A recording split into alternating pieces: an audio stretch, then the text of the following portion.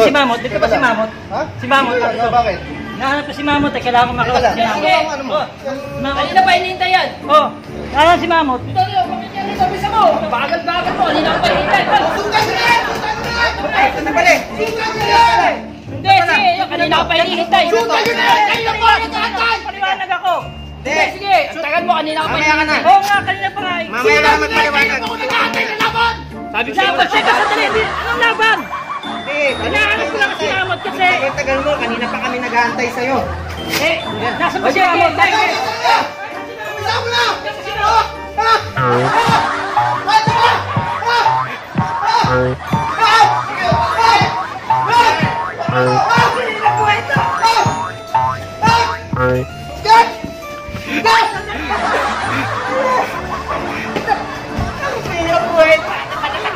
Oh, bakit?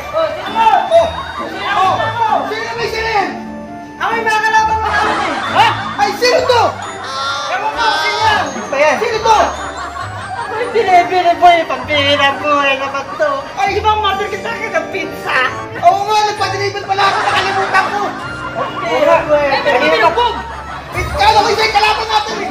Kaya ka nagpapaliwanag ko kasi ayaw pag sinay. Hindi pa rin kalaban. Ba't yan naman lumabang kasi? Hindi nga ako naman naman. Paano ko makakalaman dito sa baboy? Ay, sorry. Akala kasi nga ikaw yung naghahamon sa kanya. Oo nga. Paano ako maghahamon? Pizza boy lang ako. Oh, sorry. Puta ka pala ng pizza. Nakalimutan ko nga pala.